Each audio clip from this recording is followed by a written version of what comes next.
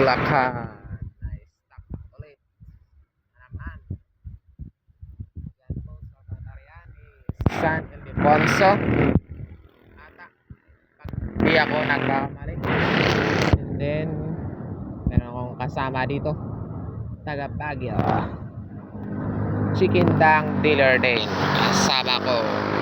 Standby ulit na naman tayo dito sa gilid ng kalsada San Miguel, Bulacan.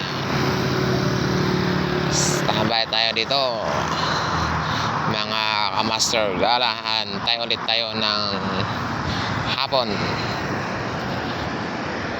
kung may tatawag na ahente.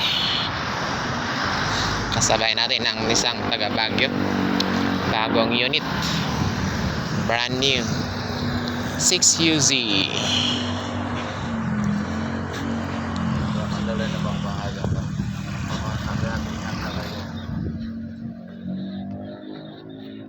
Ito ang aking helper na may problema kasi wala na siyang muma.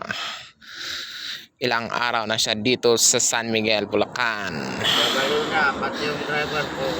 Ito, nambabaliw na kasi wala nang makain na damo. Babaliw na ang driver sa kahihintay. Ubus lang bukas. Hindi maubos-ubos ang bukas. Marami ang bukas. May tatawag. Halos bukas lahat. Naku po, tatay tayo dyan. Ingat-ingat mga kamaster gala.